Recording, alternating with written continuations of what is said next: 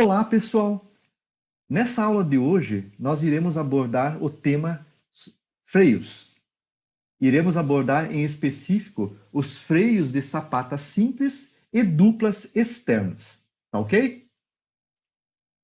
Bom, antes de começar essa parte de freios, é importante fazermos uma definição do que são os freios. Os freios são, então, órgãos ou elementos de máquinas que absorvem energia cinética e energia potencial. E essa energia cinética e potencial absorvida, ela é dissipada sempre sob a forma de calor. E aí, então, vem que a capacidade de um freio depende basicamente de alguns aspectos. Primeiramente, depende da pressão unitária entre as superfícies frenantes. Quanto maior pressão eu desenvolvo entre as duas superfícies, maior será a capacidade de frenagem do freio. Vai depender também do coeficiente de atrito. Quanto mais coeficiente de atrito, maior será também a capacidade de frenagem do freio. E também da maior ou da menor facilidade de dissipar o calor gerado pelo atrito. Se o nosso freio ele possui dificuldades em dissipar o calor que é gerado, este calor vai aumentar a temperatura das superfícies dos elementos, e aumentando a temperatura dessas superfícies, o que vai ocorrer é que o coeficiente de atrito vai diminuir. E com isso, diminuindo o coeficiente de atrito, vai ocorrer uma diminuição da capacidade de frenagem de um freio. Então, depende desses três fatores. Esse terceiro item é o que geralmente acontece quando os caminhões descem as serras, uma descida muito longa. Geralmente um caminhão desce uma serra com uma velocidade muito baixa. Essa velocidade promove um pequeno movimento de ar entre as superfícies frenantes. Ele aciona o freio e mantém o freio por muito tempo acionado, gerando calor. Esse calor, em função da baixa velocidade do caminhão, ele não é dissipado para o meio ambiente e ele vai elevando a temperatura das peças do freio. Em elevando a temperatura das peças do freio, diminui o coeficiente de atrito entre a lona e o tambor do freio. E diminuindo o coeficiente de atrito, né, das superfícies, diminui a capacidade de frenagem. Então, à medida que essa temperatura aumenta muito, né, ocorre esse fenômeno e lá pelas tantas, em um certo momento, já o coeficiente de atrito não é suficiente e simplesmente a capacidade de frenagem do freio se torna insustentável para a carga que o caminhão está transportando e ele perde totalmente a frenagem, certo? E toda essa perda de frenagem do caminhão geralmente está associado com o aumento da temperatura e consequente diminuição do coeficiente de atrito, tá ok? Bom, os freios podem ser de diversos tipos. Nós podemos ter os freios de sapata simples externa, os freios de sapatas duplas externas. Esses freios geralmente são freios utilizados em equipamentos da indústria civil, para frenar cargas em elevadores, principalmente da construção civil, certo?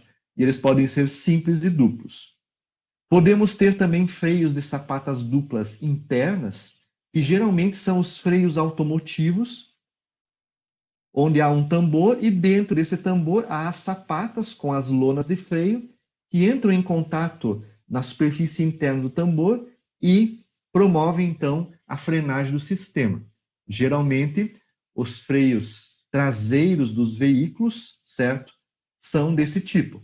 Mas não podemos esquecer que a indústria automotiva tem substituído esses freios por freios a disco, tanto nas rodas dianteiras como traseiras. Mas ainda há carros mais populares que utilizam o freio de sapatas duplas interna como freio traseiro. Há os freios de cinta para a rotação em um único sentido e em dois sentidos. E esses freios de cinta, eles literalmente utilizam uma cinta elastomérica, couro ou material elastomérico, que entra em contato com um tambor e a pressão que essa cinta executa sobre o tambor acaba promovendo a frenagem do sistema. Então, em carretões agrícolas, certo? Em máquinas agrícolas, geralmente esse tipo de freio é utilizado. Tá ok? Na nossa aula de hoje, nós iremos abordar especificamente, então, os freios de sapata simples externa e freios de sapata dupla externa. Tá ok? E nós vamos iniciar isso, então, a partir, então, do próximo slide. Acompanhem tudo isso, então. Freios de sapata simples externo. Eles, basicamente, são freios, né, que possuem um tambor, né? Essa parte amarela corresponde ao tambor, né, que gira com a carga, né? Esse tambor possui um certo diâmetro D, né? Esse diâmetro, então, é o diâmetro do tambor, da superfície do tambor, e os freios possuem, né, essa parte em vermelho, que é a lona de freio, né? É o elemento que vai estar em contato com o tambor, né? E vai garantir o atrito, né, entre os dois elementos.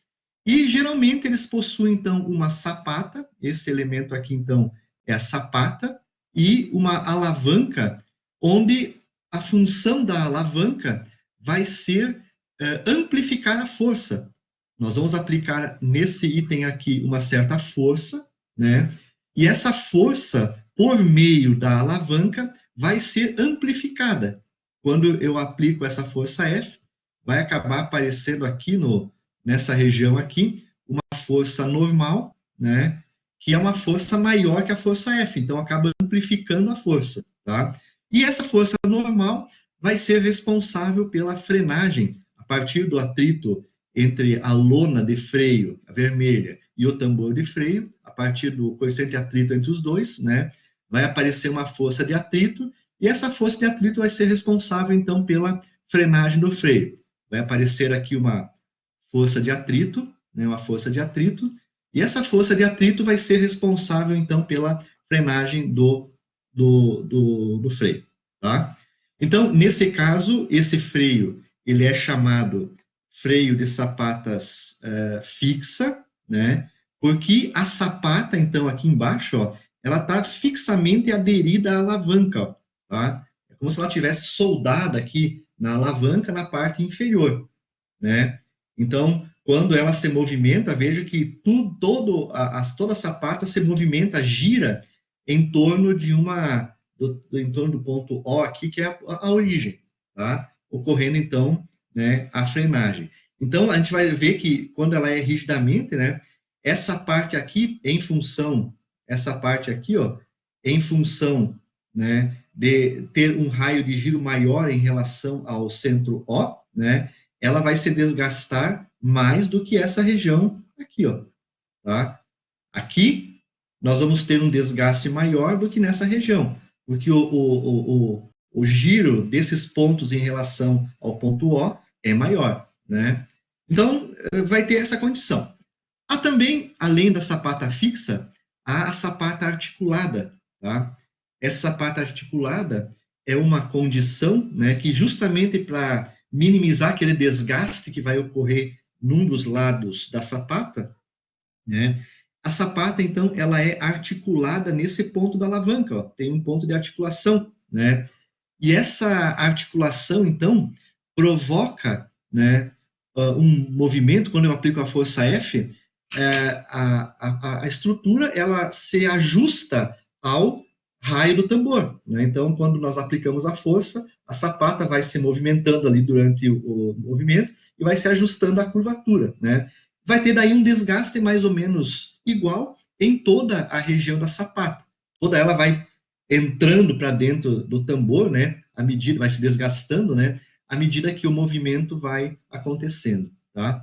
Então, é a condição de sapata articulada, tá? Também tem o tambor, tem a lona de freio, a sapata e a articulação na alavanca, tá? qual que é a diferença das duas? Geralmente, esse freio aqui, sapata fixa, ele é usado, né, quando nós temos, né, nessa região aqui, ó, quando nós temos na sapata, quando nós temos aqui, se eu pegar aqui esse ponto para cá, as linhas não saem muito retas aqui, tá? Deixa eu perdi. Se nós pegarmos essas duas regiões aqui, ó, quando o ângulo de abraçamento entre esses pontos aqui, θ, for menor do que 50 graus, geralmente a gente pode usar essa configuração sapata rígida, né? E quando o ângulo, esse ângulo aí, for maior do que 60 graus, né? A gente geralmente usa, quando o θ for maior do que 60 graus, a gente usa essa configuração articulada, né? Geralmente é assim que funciona, né, a escolha da forma como que nós vamos utilizar, rígida ou articulada.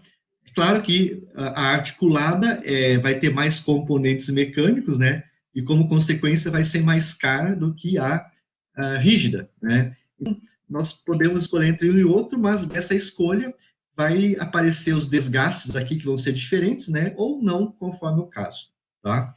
Então, essa é a condição, então, para que a gente escolha um tipo e outro, né? Basicamente, isso, tá? E aí, nós vamos entrar, então, no seguinte, né? Como é que vamos fazer a análise das forças, né, nos freios de sapata, tá? Então, no caso, freio de sapata simples, externa, como é que nós vamos fazer a análise dessas forças para poder calcular a potência, né, necessária e determinar as forças que estão agindo aí e também, né,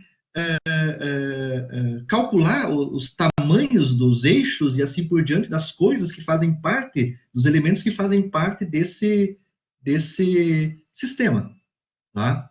Então, a gente praticamente divide essa análise em duas análises.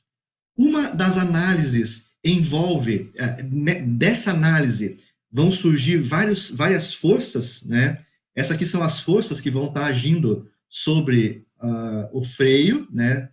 E também sobre a alavanca, tá? Mas quando a gente vai fazer uma análise da frenagem, a gente precisa dividir geralmente em duas partes. Uma é a lona de freio, a sapata aplicando força sobre o tambor, e a outro item é o tambor, né, aplicando essas forças todas sobre a alavanca, né? E aí a gente vai ver que essa parte de freios está basicamente ligada com a mecânica estática, né, equilíbrio de forças, né, física e mecânica estática, equilíbrio de forças, né? E também com análise de física, né? Lá que a gente tem lá em física, acho que você tira a física 1 ou física 2, né? Análise de atrito. Basicamente é isso, tá? E aí, levando em consideração as resistências de pressão de resistência da lona de freio, a gente consegue, então, dimensionar o freio, tá? Então, assim, num freio, em primeiro lugar, quando nós vamos fazer a análise do freio, então, aquela condição de menor do que 60 graus, θ menor do que 60 graus ou maior do que 60 graus, leva a seguinte consideração inicial. Quando o ângulo de abraçamento for menor do que 60 graus, tá aqui, ó, menor do que 60 graus, a gente considera que as forças que vão estar aplicadas entre os elementos estão aplicadas nesse centro aqui, ó, no ponto médio, né, no ponto médio da sapata, tá? Deixa eu novamente riscar aqui, ó. E nós vamos admitir, então, que as forças estão aplicadas nesse ponto aqui, ó. Ok? Então, é uma suposição. Nós vamos imaginar o seguinte: quando o ângulo θ é menor que 60 graus, que leva a um freio de sapatas rígidas, né? as forças que estão atuando na interface entre o tambor e a sapata, nós vamos admitir que elas estejam agindo, né, estejam concentradas nesse ponto aqui, ó, né? Então, elas estão concentradas nesse ponto aqui, ó, tá? Essa é a condição, tá? Ok? E aí, com isso, os erros que nós estamos introduzindo são toleráveis.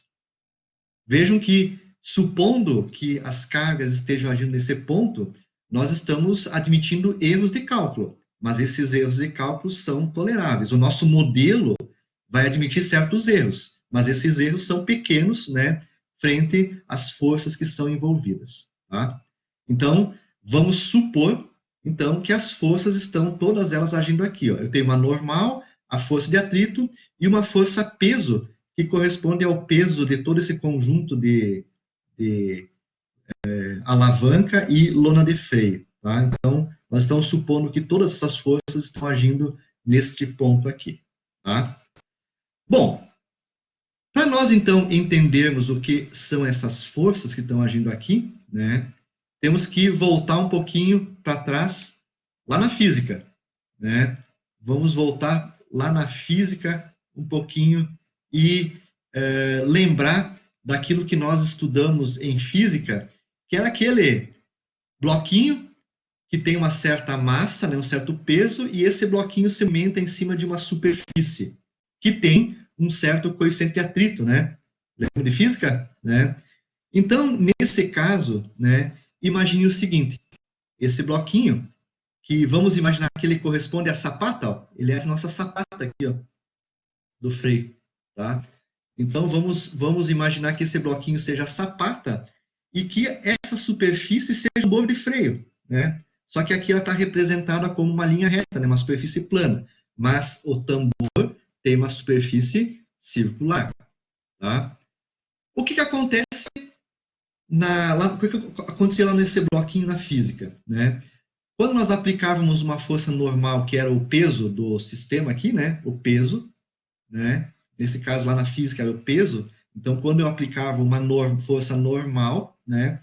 E quando eu aplicava um movimento, no caso aqui para a direita de vocês, né? O que acontecia? Aparecia em sentido contrário ao movimento, né? Uma força que nós chamamos de força de atrito. Então, essa é a condição lá do desenho lá do freio. Ó. Tem uma normal e tem uma força de atrito.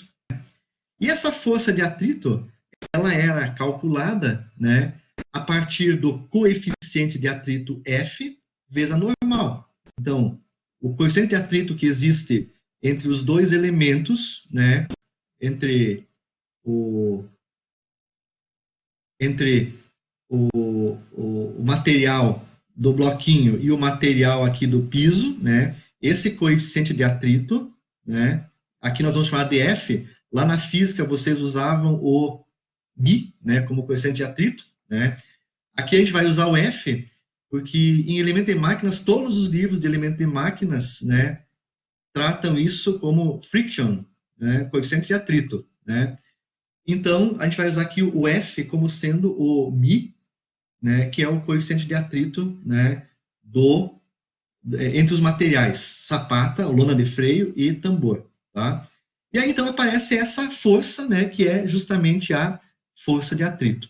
Então, essa força de atrito, nós representamos ela por F vezes N. Tá? F vezes N, força de atrito. Ok? Bom, então ela é um elemento importante para nós. Né? Olha novamente a conclusão. Eu aplico a normal, né, o peso, aqui no caso uma força normal. Essa força normal, o movimento, ele está nesse sentido. Né? E aí, então, contrário ao movimento, aparece a força de atrito, F vezes N, né? Que nos freios vai ser a responsável pelo aparecimento do torque de frenagem.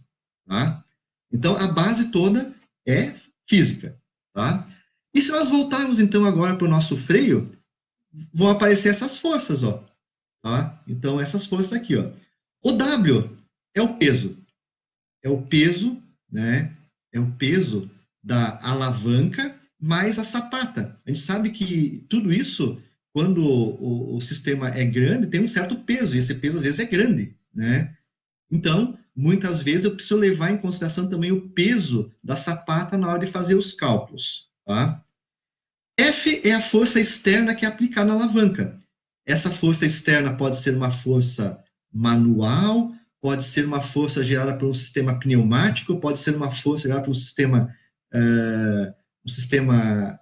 hidráulico, elétrico, enfim, né? É a força que é gerada. Ela é amplificada pela alavanca, né? E aí acaba aparecendo, né? Vejam, como ação, quando eu aplico a força F, aparece uma força de ação que vai ser anormal, ó, nessa região aqui. Então, vai aparecer uma força que é a força normal, que vai aparecer no freio. Essa força que eu desenhei aqui à mão, né, é a ação dessa força F aqui, ó. Então, quando eu empurro a alavanca para cima, aparece uma ação, que é o N aqui, que eu estou representando por essa força N, também para cima. Como consequência, vai aparecer uma reação do tambor em relação à alavanca, que é o N para baixo. Tá? Então, a gente tem que ter esse entendimento. Né? Ok? E essa força normal que o bloquinho, que a sapata está aplicando sobre o tambor, né? Ela gera, então, uma força de atrito, Fn. Ó, tá? E essa força de atrito, Fn, ó, que é o vetorzinho vermelho aqui, ó, esse vetor vermelho, né? Ela sempre está, né, na direção do giro do tambor. Então, veja aqui em cima, ó, o tambor está girando assim, ó, no sentido horário, né? Se nós olharmos aqui, ó, o tambor está girando assim, ó. Sempre essa força de atrito está associada ao sentido de movimento do tambor, ó. Sempre. O giro está aqui, ó, a rotação, né? A rotação está aqui. Então, o coeficiente de atrito, a força de atrito, está agindo naquele ponto médio da sapata, na mesma direção do movimento. Sempre essa é a regra, né, que está acontecendo. Tá? Então, tudo isso, né, vai ser responsável pelo aparecimento, então, dessas forças que eu estou colocando aqui. Ó, né? Tudo isso, né, gera, então, essa composição de forças que eu tenho aqui. Né? Que são essas forças. Né? Deixa eu colocar aqui a canetinha. Né? Que são essa força Fn, a força normal, então, essa é a reação da força normal que é gerada pela força F, né? A força F e a força peso que, porventura, a gente pode levar em consideração no projeto ou não, tá? E aí, tudo é uma questão de equilíbrio, tá? Se essas aqui são as forças que são geradas na interface tambor e lona de freio, e sapata, né? Tá aqui a lona de freio, a sapata, né? Isso aqui acaba gerando, né, momentos em relação aqui à alavanca. E aí, usando lá a mecânica 1, né, se nós tivermos força e tivermos essas dimensões, vejam, ó, a força Fn está aplicada a uma distância C da origem O, do ponto de giro O. A força N e a força peso estão aplicadas a uma distância A em relação ao ponto O. E a força F está aplicada a uma distância B em relação ao ponto O. E vejo então que essas distâncias, né, todas elas são, né, perpendiculares, né, ó, todas as distâncias são perpendiculares, né, à força, né, ó, distância perpendicular à força. Então, essa distância perpendicular à força vezes força dá momento, né? E aí, então, para nós resolvermos o problema dos freios, nós temos que fazer um balanço de momentos dessas forças, né, em relação à nossa origem O, né? E esse balanço de momentos, então, geralmente ele é feito assim. Eu pego cada força, né? Deixa eu colocar novamente aqui o ponteirinho, né, o apontador. Eu pego, por exemplo, ó, Fn. Fn vezes C é um movimento em relação ao ponto O. Esse momento é horário ou anti-horário? Tá? Normal, N. N vezes a distância A dá momento. Esse momento é horário ou anti-horário? W vezes a distância A causa um giro. Momento. Esse momento é horário ou anti-horário? F causa o momento. Vezes B causa o momento. É horário ou anti-horário? Então, a gente precisa definir se esses movimentos... Ó, vamos pegar o primeiro aqui, o Fn. Fn causa um giro horário... desculpe, anti-horário. O N e o W causam um giro... Opa! Causa um giro. Oh, porcaria. Causa um giro. Deixa eu apagar aqui de novo, fazer um pouquinho mais para cima, né? Ele causa um giro, né? De novo aqui, né? Ele causa um giro horário, o N e o W causam um giro horário, e a força F causa um giro em relação ao ponto O anti-horário. Então, se nós estabelecermos um critério, giro horário positivo, giro anti-horário negativo, e fizermos um somatório de momentos, nós vamos ter isso aqui, ó, tá? A primeira variável, ó, o N e o W, os dois estão agindo na mesma linha, né? Se eu então somar o N mais o W vezes a dimensão A, eu tenho então um giro horário. Aqui foi especificado então que giro horário é positivo e giro anti-horário é negativo. Então, o giro dessas duas forças é positivo. N mais W vezes A dá um giro positivo. O Fn, né, o Fn causa um giro anti-horário. Pela minha definição, giro anti-horário é negativo, né? Então, força, atrito, então, essa força aqui, ó, Fn, força de atrito, vezes a distância C, causa um giro, né, anti-horário negativo, tá? E o F também, né? O F, aqui embaixo, perdi o ponteirinho aqui. O F, né?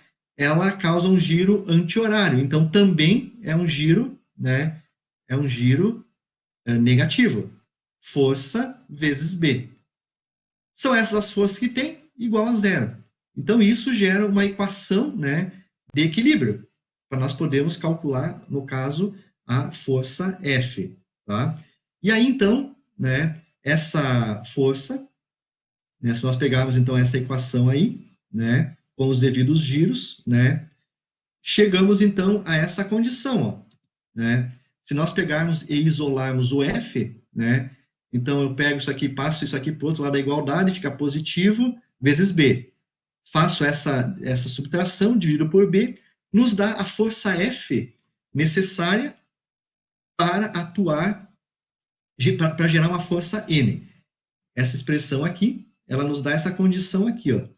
Nós vamos encontrar, então, uma força F, né, para, né, gerar uma certa força normal ao freio, ó, N. Tá? Nas duas expressões aqui, nós temos a normal N.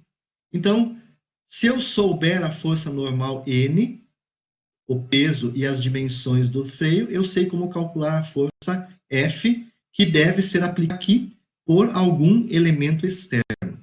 Tá? Então, sempre tem que ter uma força F, sempre não, já vou mostrar que não é sempre isso. A força F, gerada por um elemento externo, manual, pneumático, hidráulico, elétrico, assim por diante, né, vai depender de quanto eu preciso de normal para atuar o freio. Tá? Então, a partir da normal W e das dimensões, eu calculo a força F. Então, inicialmente, vejam que a gente olhou o freio somente do ponto de vista da alavanca, para determinar a força F necessária. Tá? Bom, mas eu posso ter, algum momento, né, um freio autoacionante. Talvez vocês já devem ter visto esse nome em algum lugar, freio autoacionante. Né? Em alguns casos, né, eu posso ter uma condição de freio autoacionante. O freio autoacionante, ele é um freio, né, que não precisa de força externa, né, para a sua atuação. É como se eu tirasse essa força externa, né? E ele deve entrar em funcionamento somente quando eu encosto uma superfície, né, na outra. Quando nós encostarmos a sapata no tambor, um freio autoacionante vai ser um freio que vai parar por si só. Vai precisar da força externa F para fazer a frenagem. Então, em alguns momentos, né, isso pode acontecer. Tá? Então, esse freio autoacionante, ele só vai acontecer, né, quando, né, essa força de atrito gerar um momento tal que equilibre as outras forças, N e W.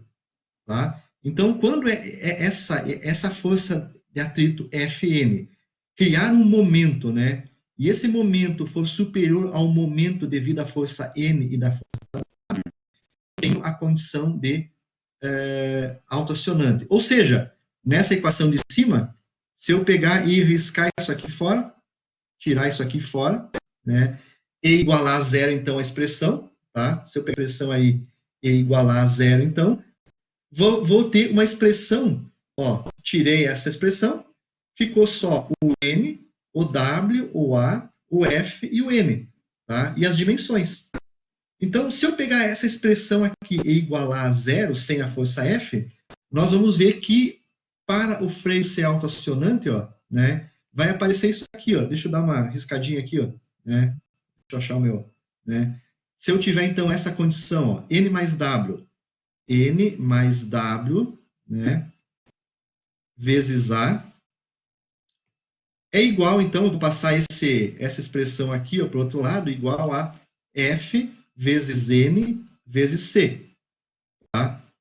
Então, veja, vamos para simplificar esse cálculo, vamos fazer com que o peso da sapata seja igual a zero. Né? Então, vai ficar N vezes A, né, é igual a F vezes N vezes C. Olhem que nessa expressão eu posso tirar o N fora aqui, ó, e fica somente a expressão A igual a F vezes C. Geralmente, então, para ser autoacionante, tem que ter essa condição. Né? Aqui eu coloquei a igualdade, mas na verdade é uma condição de menor ou igual. Né? Então, quando essa relação A sobre C igual a F, eu tenho a condição de um freio autoacionante.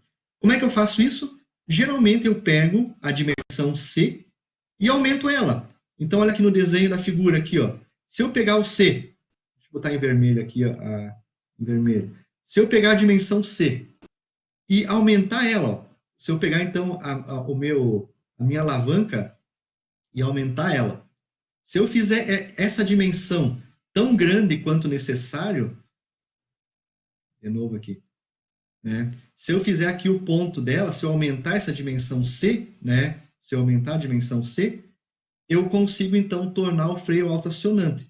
Só que às vezes essa dimensão que eu estou aumentando aqui fica bem grande, né? E às vezes ela inviabiliza dimensionalmente o freio, né? Mas pode acontecer isso, tá?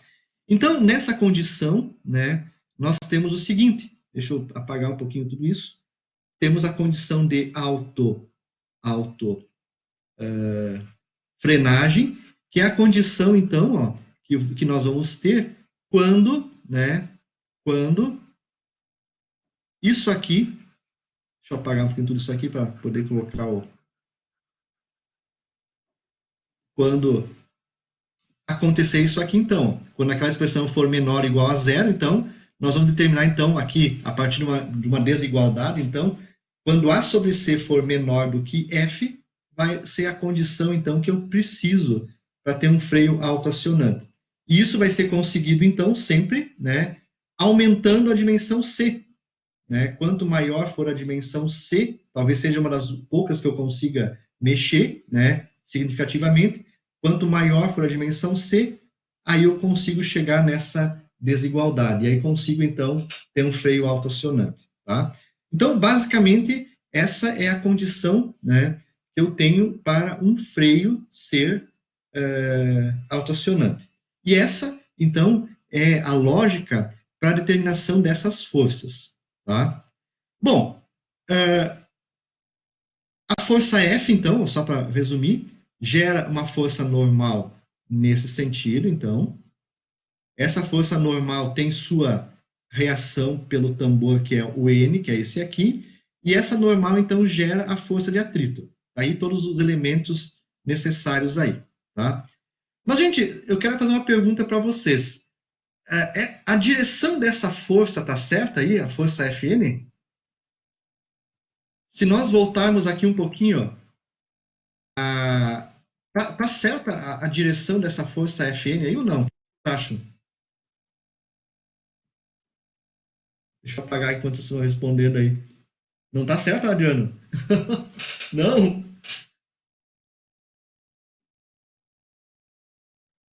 Deixa eu apagar aqui tudo isso aqui. Né? Adriano, não parece, mas tá certo, Adriano. Né? Por quê? Deixa eu passar para o próximo slide. Ó. A gente está vendo que o freio, o movimento do freio, o giro do freio é esse aqui, ó, giro horário. Giro horário. E eu falei para vocês que com o giro horário, né, o giro horário, a força de atrito está no mesmo sentido da rotação. Tá? Se a rotação então está vindo para cá, né, nesse sentido aqui, né, a força, a força, a força Fn está no mesmo sentido da rotação. A rotação vem para cá, a força Fn está no mesmo sentido, aplicada no ponto médio, com aquela suposição do erro. Tá? Mas vejam, essa questão depende um pouquinho do entendimento do movimento relativo entre o tambor e a sapata. Na figurinha anterior, quem se movimentava era a sapata e a superfície do tambor estava fixa. Movimentava o bloquinho, aqui movimenta o bloquinho e a superfície do tambor e o solo, né, tá fixo. Agora aqui, ó, o tambor, a superfície se movimenta e o bloquinho está parado. Né? Então, para a gente poder enxergar essa direção correta da força de atrito, vamos imaginar que o tambor está parado e quem está se movimentando com a rotação é o bloquinho, a sapata. Aí nós chegamos nessa condição. Ó. O bloquinho, esse bloquinho, ele vai se movimentar para lá, ó. Vai vir para cá e para cá. Ó. Então, ó, o movimento dele, vou botar aqui, ó, o movimento dele é para lá, ó. Ele está se movimentando para cá, ó. Esse é o movimento, né? Então, se o movimento, né, é nesse sentido, a força de atrito é no sentido contrário, ó. Tá para cá, então, a força de atrito, né? A Fn está no sentido contrário. Então, por isso que às vezes engana, né? Às vezes engana, né, a análise dessa força de atrito, né? Então, para entender ela, nós temos que imaginar o tambor como uma superfície parada e a sapata se movimentando. Com isso, nós vamos ver que o atrito está contrário ao movimento dessa sapata. Tá? Então, é mais ou menos assim esse entendimento, tá, da questão, né, do tambor. Passei aqui, deixa eu apagar isso aqui um pouquinho, né? Depende, então, dessa análise aí em específico, tá? E aí, então, a partir daí a gente vê que a força de atrito realmente está agindo nesse sentido aqui. Puxa, e outro detalhe, se o tambor estiver girando, então, no sentido anti-horário, se ele estiver girando no sentido anti-horário, aqui, ó, nesse sentido aqui agora o tambor está girando, tá? Essa é a rotação. Para que lado que vai a força de atrito, então? Sempre está no sentido de giro. A força de atrito vai para cá, ó. Vai vir para cá. Aqui vai estar o Fn. Tá? Aqui vai estar o Fn, então, agindo no sentido do movimento. Tá? E olha o que acontece. Então, essa aqui não existe, né? Essa não existe. Vai estar no sentido, então, nesse sentido aqui a força. Tá? Observe agora que a força de atrito está no sentido contrário do movimento horário. tá? E se vocês olharem essa força de atrito no sentido contrário, vocês vão ver que ela causa um momento em relação à origem, aqui é o ponto O, no sentido, agora, horário. Dá para ver isso? Esse giro horário, ele vai empurrar, é como se essa força de atrito empurrasse a sapata para fora. Ele vai empurrar a sapata para fora, afastando a sapata do tambor, né? Ok? Já no caso do movimento, então, horário, vamos apagar tudo de novo. No caso específico deste movimento aqui, que está aplicado aqui no desenho, né? Ó, nesse sentido aqui, no sentido horário, a força de atrito, né? Ela está agindo nesse sentido. E em função da configuração da sapata, então, ó, vejam que esse momento ele causa um momento nesse sentido, né? E esse momento ele empurra a sapata contra o tambor. Ele faz com que a sapata tenha um deslocamento, empurrando ela contra o tambor. Então, no sentido horário, essa força Fn ajuda na frenagem a partir da sapata, né? E no sentido anti-horário, né? Nesse sentido aqui, né? Então, quando tem nesse sentido, ele não ajuda na frenagem, ele afasta, né? A sapata do tambor. Então, se o tambor gira nos dois sentidos, eu vou ter uma força para o sentido horário, que é o principal que está colocado aqui, sentido horário. Aqui nós vamos ter uma força para o sentido horário e vamos ter uma força F diferente da anterior para o sentido, né, anti-horário. Anti-horário. Tá? Vou ter duas forças diferentes. Se ele gira no sentido, uma força, se gira no outro sentido, outra força. Dá para ver que no sentido anti-horário, essa força vai ser maior do que no sentido horário, porque essa componente aqui de força não ajuda na frenagem no sentido anti-horário. Tá? Então, vai ter esse entendimento. Ambos Fn, aqui nesse lado aqui, ou nesse, são os mesmos, né? E com relação ao tambor, eles causam o mesmo efeito, né, no tambor. Só que o que vai mudar é a força aplicada aqui, nos casos. Tá? Então, agora vem o seguinte, deixa eu ver se é a próxima slide que tem, né? É aqui. Aí vem o seguinte, qual é o momento de frenagem de um freio? Tá? Tá aqui ele, ó. Torque de momento é torque, torque de frenagem é isso aqui, ó. Torque de frenagem, né? É força de atrito vezes o raio. Vamos olhar uma coisa. Essa componente de força que eu tenho aqui, F vezes N, essa componente aqui, então, vejam que ela está perpendicular ao raio. Ó. Ela está tangente ao tambor e, como consequência, ela está perpendicular a esse raio aqui. Ó. Raio R. Está aqui o raio R. Tá? As duas, a força está perpendicular ao raio. Torque é força vezes raio. Então, se eu pegar essa força de atrito, né, torque, é igual a força de atrito vezes o raio.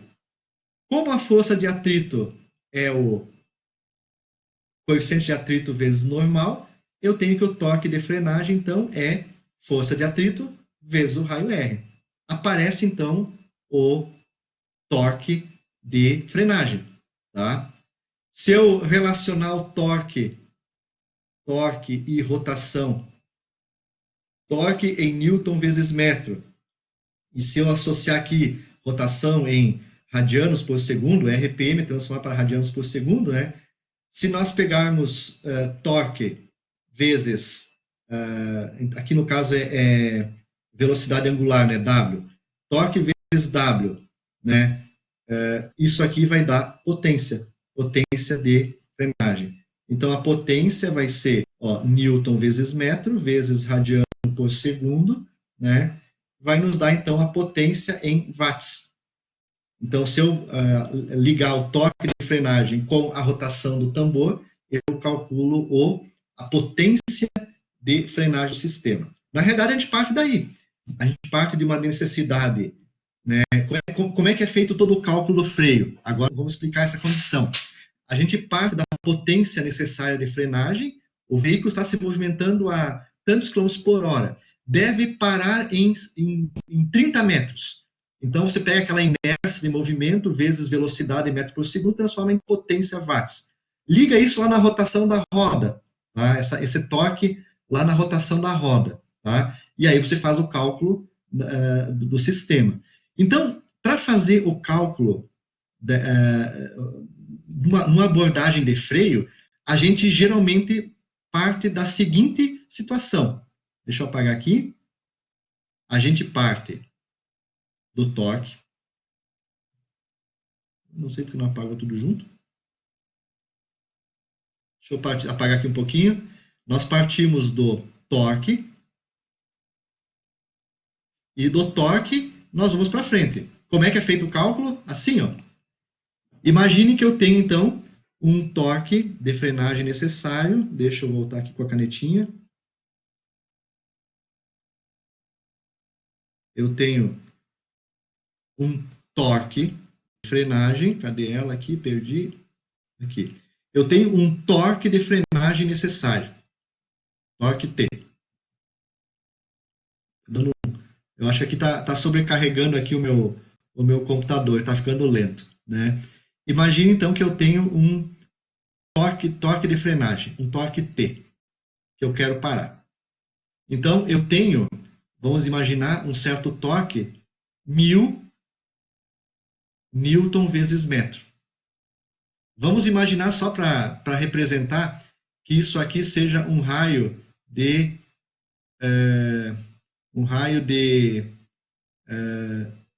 0,1 metro, 10 centímetros, né? Torque é força vezes raio.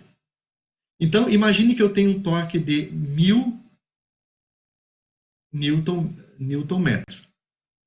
Isso aí é igual à força de atrito vezes, né, o raio, que é 0,1 metro. Então, a força de atrito vai ser igual a 1000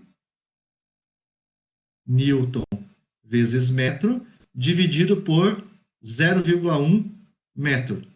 Só estamos no valor aqui, os valores estão bem altos do torque, 1000 é alto e 0,1 é pequeno. Só para poder fazer o cálculo de cabeça aqui, ó. Metro com metro corta, né? Vou continuar aqui embaixo. Força de atrito vai ser igual a 1000 dividido por 0,1 dá 10.000. 10.000 Newton. Então, a nossa força de atrito é 10.000 Newton. Sempre o cálculo vai ser esse. Eu tenho um torque de frenagem, a partir do raio especificado do tambor, eu calculo a força de atrito. Dessa força de atrito, a gente sabe que força de atrito é igual a coeficiente de atrito vezes a normal, né? Então, se eu tenho um fator, uma força de atrito de 10.000 Newton, a gente sabe então que é isso que acontece, ó. Força de atrito, 10.000 Newton, é igual a F vezes normal. Então, se eu sei o coeficiente de atrito, se entre as superfícies, por exemplo, o meu coeficiente de atrito for 0,2, né, eu tenho então que 1000 Newton é igual a 0,2 vezes a normal, né? Então, eu sei que para chegar nessa condição de normal, 1000 Newton dividido por 0,2 é a força normal. Então, 1000 dividido por 0,2, ó, 1000 dividido por 0,2, 5.000 newtons. Então, eu calculo que a minha... Opa, perdi o mal aqui. Que o meu N vai ser igual a 5.000 newton. Então, calculei a normal. Então, eu parti de um torque de frenagem e do raio, calculei a força de atrito, com o atrito calculei a normal. Então, agora eu sei a normal, essa reação então do tambor sobre o sapata é 5.000 newton. Vamos imaginar que não tenha peso, isso aqui é zero, só para facilitar o cálculo, né? E o Fn é 1.000 newton. O Fn é 1.000 newton. Então, se eu tenho agora as dimensões C, a dimensão A e a dimensão B, eu faço um somatório de momentos em relação ao ponto O e calculo qual é a força F necessária para aplicar a alavanca. Aí eu divido em dois conjuntos. A força F na alavanca, eu vou ter que dimensionar todas as peças da alavanca, usando resistências materiais, né? E essa força normal vai gerar uma pressão na sapata, né, na lona de freio, e eu vou ter que verificar a partir dessa área, a partir dessa dimensão aqui, vezes a profundidade do freio, né, vezes o tamanho do tambor, né, a largura do tambor, eu tenho uma área de contato, N dividido por área da pressão. Então, vou ter que verificar o freio se ele suporta a pressão necessária, a pressão de trabalho gerada pela força de 5.000 newtons, tá? Basicamente, esse vai ser o princípio, né, para o projeto, então, de um freio, nesse caso, um freio de sapatas simples, fixa, tá? Essa é a lógica toda que vai estar por trás desses cálculos aí, tá? Então, a gente vai ver depois num exercício que a gente vai fazer logo em seguida, nesse caso aqui, mostrando, então, como isso funciona, tá? Bom, então, esse slide, então, mostra o momento de frenagem, tá? E agora, temos a condição, né? Temos a condição, então, definimos o freio de sapatas fixa e vamos para o freio de sapata articulada, tá? Então, no freio de sapata articulada, a única diferença é que nós vamos supor que as forças agem na articulação da sapata, nesse ponto aqui, ó. Vou colocar outra cor, verde aqui, já tem tanta cor aí, né? Aqui, ó. Lá na articulação da sapata, né? Aqui embaixo, então, né? Nós vamos imaginar que as nossas forças estejam agindo na articulação da sapata. Ó, a mão, ela está agindo naquele ponto. A força de atrito está agindo naquele ponto. O peso está agindo naquele ponto, né? Geralmente, essa articulação é colocada num certo ponto, né? Então, onde eu vou ter todas essas forças agindo ali, ó. Isso aqui é real? Acontece isso? Não, gente. Força de atrito, ela está agindo lá no plano de contato, né? Está agindo lá no plano de contato. Mas, se nós supormos que essa força Fn esteja agindo aqui, o nosso erro, quando o ângulo de abraçamento for maior do que 60 graus, vai ser pequeno. Se eu colocasse a força normal e atrito e W agindo aqui, eu cometeria um certo erro nos cálculos do momento, tá? Esse erro, então, é minimizado se nós colocarmos ele nessa distância aqui, ó, tá? E essa distância, então, né, nós vamos fazer todos os cálculos imaginando que tudo aconteça lá na articulação, né? Então, todos os cálculos que a gente fez antes, nós vamos imaginar utilizando o Fn, as forças agindo nesse ponto aqui, ó, tá? E essa distância que eu tenho ali, ó, acho que no desenho acabou não ficando a distância, ó, essa distância que eu tenho até esse ponto aqui, ó, tá? Deixa eu colocar aqui com outra cor, né? Essa distância, então, ó, nós vamos chamar de dimensão A, ó. Essa distância, né? Nós vamos chamar ela, então, de dimensão H. Veja, então, que o H é o raio do tambor, mais uma certa dimensão, que é esta dimensão aqui, ó. Eu tenho essa dimensão aqui, mais essa dimensão aqui, ó, tá? Então, toda essa dimensão, nós vamos chamar ela de H, se não estou enganado, eu acho que é isso que vem pela frente, é o H, né? E todos os cálculos são feitos em cima disso. Vamos só admitir, então, que esteja agindo aqui. Deixa eu ver se é isso. É. Tá? Então, vejam, né? O torque vai ser igual ao atrito. No caso de um freio de sapatas articulada, o torque vai ser o coeficiente de atrito vezes a dimensão H. Vejam que, ó, a força Fn está perpendicular a essa dimensão H. Então, Fn vezes H é coeficiente, torque. E esse H vale isso aqui, então, ó. Essa dimensão toda aqui, ó, que é esse termo que está entre parênteses aqui, ó, 4R seno de θ sobre 2, dividido por θ em radianos mais seno de θ, é o valor de H, que está aqui embaixo ele, ó, tá? É o valor de H, tá? Então, a única diferença entre o freio de sapatas rígida e articulada é que no rígido a gente considera que as forças agem no ponto médio da sapata, onde o raio é R, né? E no freio de articulado a gente considera que as forças agem no ponto H, lá na articulação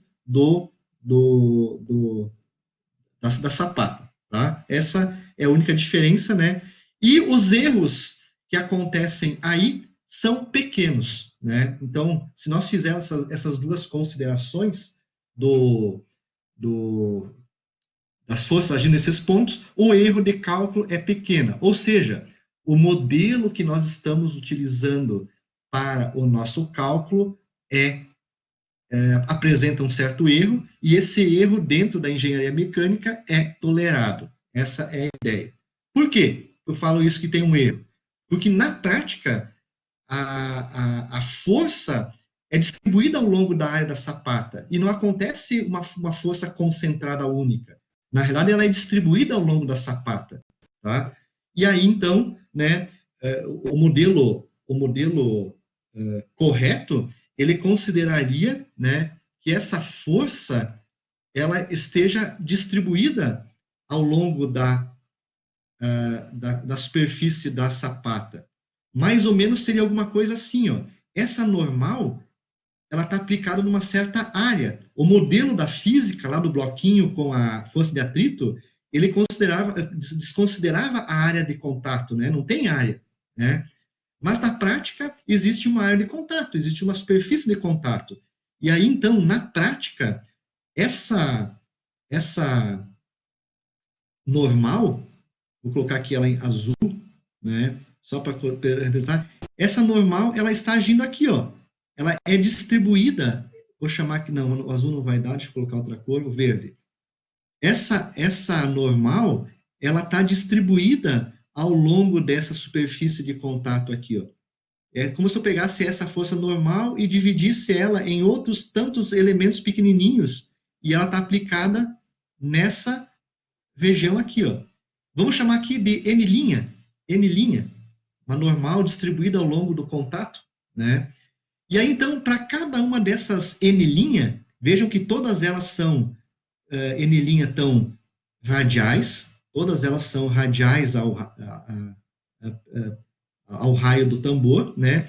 E para cada N' dessas, surgiria, né, uma força, vou falar em preto aqui, ó, uma força de atrito, que estaria no sentido perpendicular a N. Eu teria aqui uma Fn' em direções diferentes, Fn' e assim vai. Em cada uma, essa força de atrito estaria distribuída, sempre perpendicular a normal, só que em direções diferentes. E eu só conseguiria o modelo exato se eu pegasse e integrasse o efeito das forças de atrito distribuídas e das forças normais distribuídas ao longo da sapata. Aí eu teria um modelo exato, né, dessa distribuição de forças, e aí seria um modelo mais rigoroso. Tá? Esse modelo ele é bastante usado lá nos freios de sapatas duplas internas. Lá, como eu tenho uma superfície interna, geralmente, se nós fizermos suposições desse nível que a gente fez aqui, os erros são maiores, né? Aqui, então, como nós estamos trabalhando com equipamentos da linha civil e agrícola, né, esses erros são bastante toleráveis, né? Agora, já num veículo, né, onde o erro tem que ser minimizado, né? Quanto menor os erros, melhor, né? O modelo que nós vamos adotar lá vai ser um modelo que leva a essa distribuição de tensão, tá? Então, essa é a ideia, então, dos freios, tá? E aí, pessoal, existe também, então, ao longo da sapata, aqui embaixo tem uma consideração importante, né? Existe uma pressão.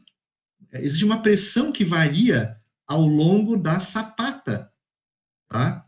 Uma pressão de contato, tá? Essa pressão de contato é uma força, ó, que é a força normal, 2N aqui, devido à simplificação das equações, é uma força dividido por uma área. Ó, isso aqui é uma área, né? Se eu pegar uma força e dividir por área, eu tenho pressão Newton por... Então, existe uma distribuição de pressão ao longo da sapata. Essa distribuição de pressão, então, é exatamente essa aqui, ó. A distribuição de pressão, né, é dada por essa fórmula aqui, ó. PN, a pressão normal na sapata, é o C, que é esse elemento aqui, vezes cosseno de θ, onde θ é a posição que eu estou analisando, tá? Então, basicamente, né, ao longo da sapata, deixa eu colocar aqui então, apagar um pouquinho isso aqui, ao longo da sapata, né, da superfície da sapata, nós vamos ter uma distribuição de pressão. Aqui vai ter uma distribuição de pressão, né? Está ao contrário aqui, né? Aqui nós vamos ter uma distribuição de pressão que vai ser variável, ela vai diminuindo, né? Ou melhor, vai aumentando à medida que estou mais distante desse ponto aqui, ó, tá? Vamos considerar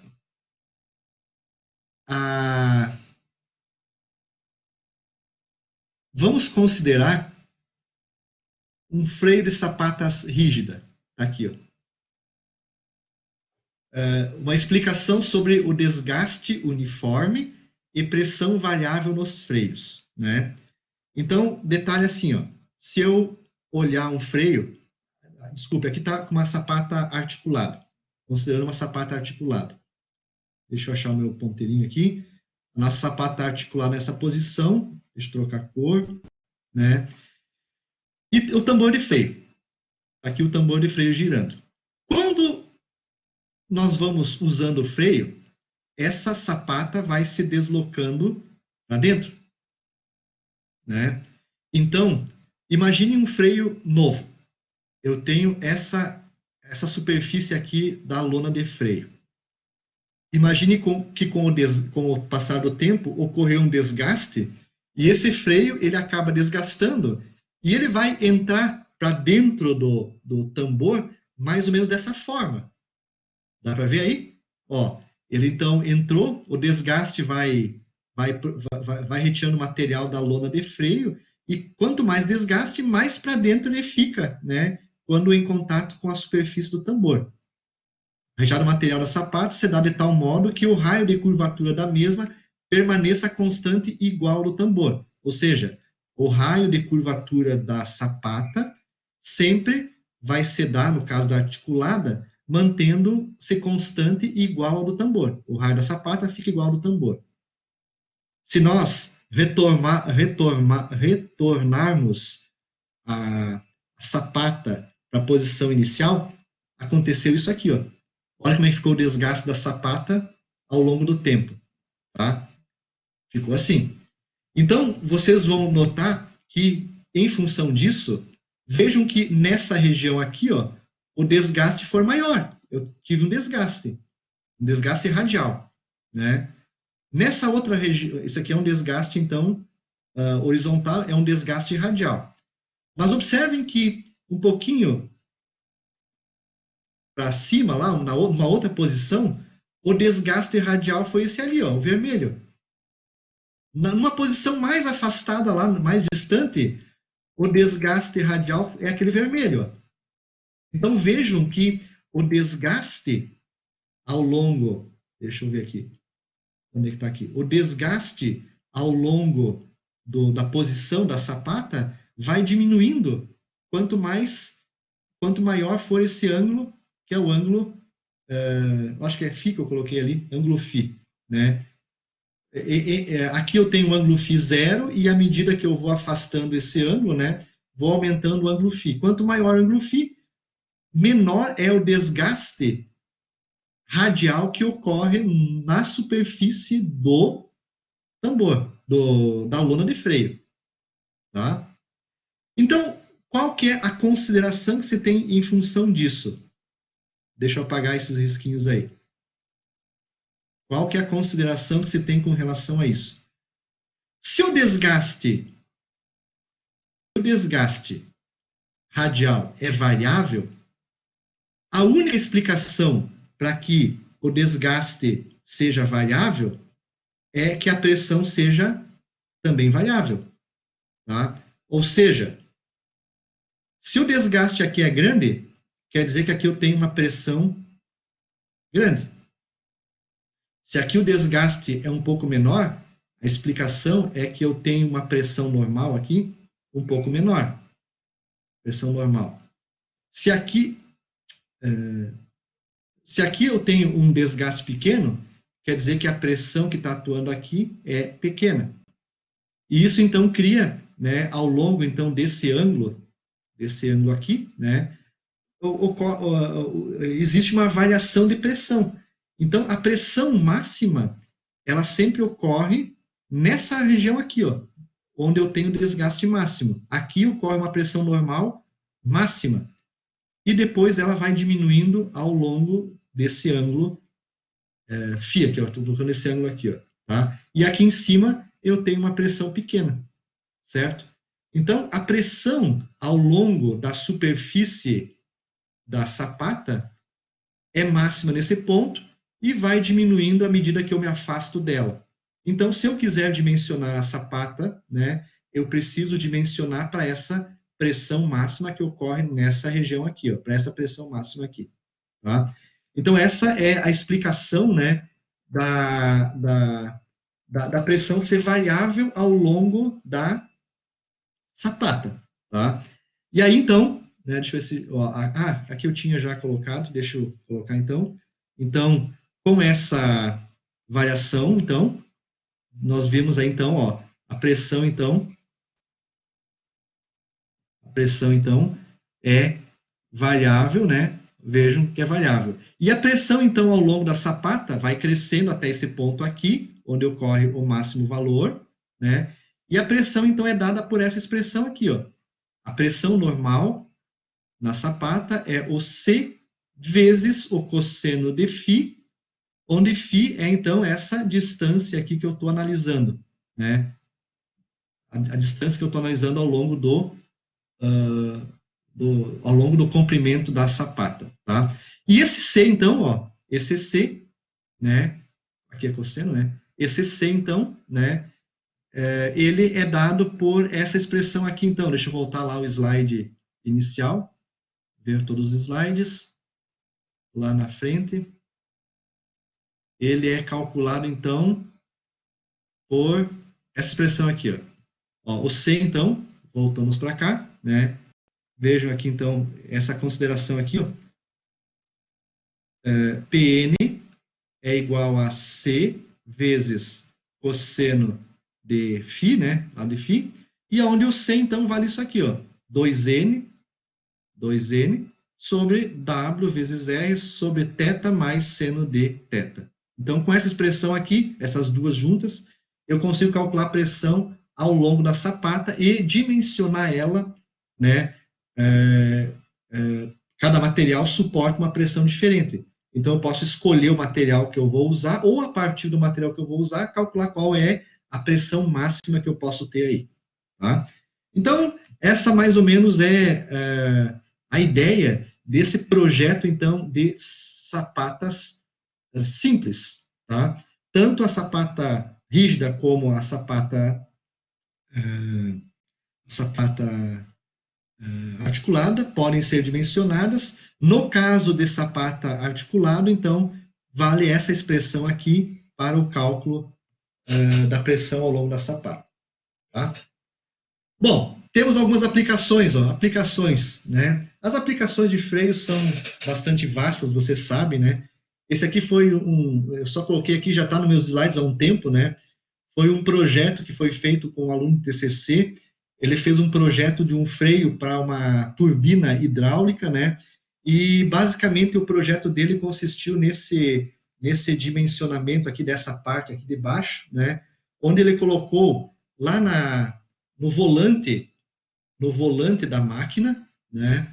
Foi usinado, então o volante consistiu no tambor de freio, né? Isso aqui consistiu então no tambor de freio, volante, tambor, e lá ele colocou uma sapata, uma certa articulação aqui embaixo, aplicou um sistema hidráulico que aplicava uma força F em um certo ponto, e essa força F então empurrava a sapata contra o tambor, né, gerando a frenagem da máquina, né?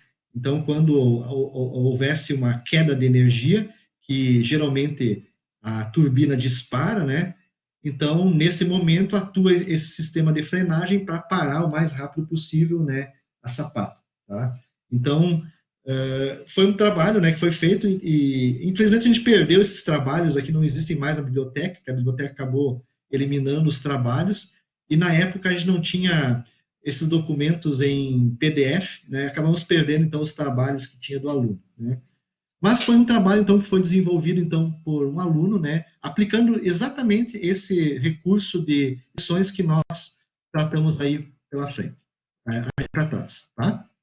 E para finalizar, então, esses freios de sapatas, né, nós temos, então, o freio de sapatas duplas externas, que corresponde a duas sapatas simples aplicadas simultaneamente no mesmo tambor.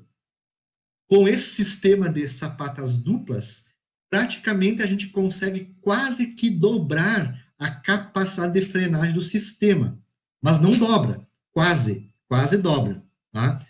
Porque se nós tivermos um sistema desses, se vocês observarem na sapata direita, né, aqui na sapata direita, onde é que está aqui o meu? Aqui, na sapata direita, né, nessa sapata aqui, a força de atrito, ela está provocando um momento para cá. Ó. Essa força, pelo desenho não está muito bem assim, não. Mas essa força está ajudando vou ter que mudar o desenho, né? Essa força estaria ajudando na frenagem, tá? E enquanto que na sapata esquerda, a força de atrito, ela está tentando separar, né? O tambor tentando separar a sapata do tambor. Então, esse freio aqui tem uma capacidade de frenagem um pouco menor do que a direita.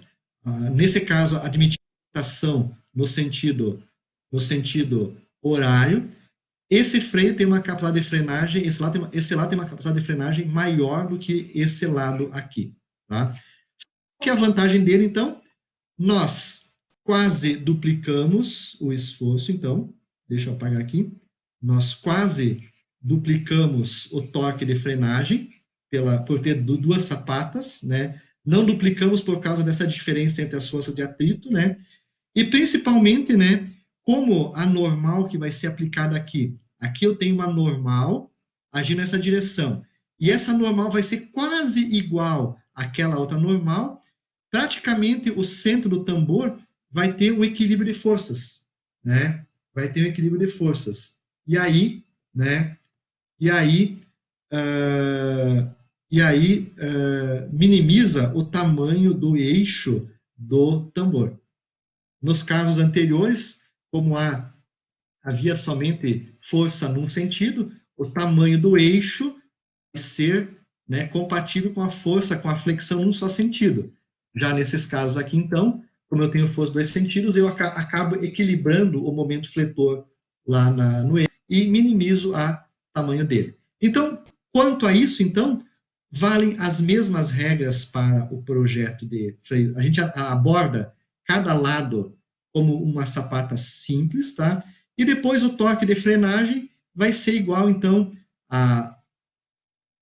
ao coeficiente de atrito, vezes a normal esquerda, mais a normal direita, vezes o raio, né, fornece o torque de frenagem. Mesma coisa, né, teremos para os dois casos aqui. A gente analisa individualmente cada um, calcula o NL e o NR, né, e aí depois, então, né, faz o torque somando esses dois efeitos parciais de cada uma das sapatas, tá?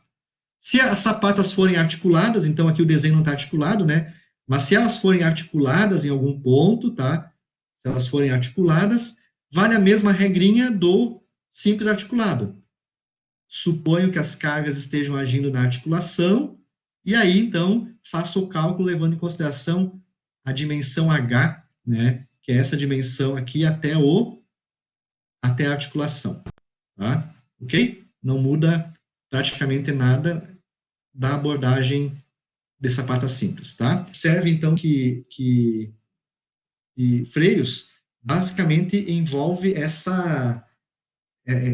esse tema, esse item como um todo, tá?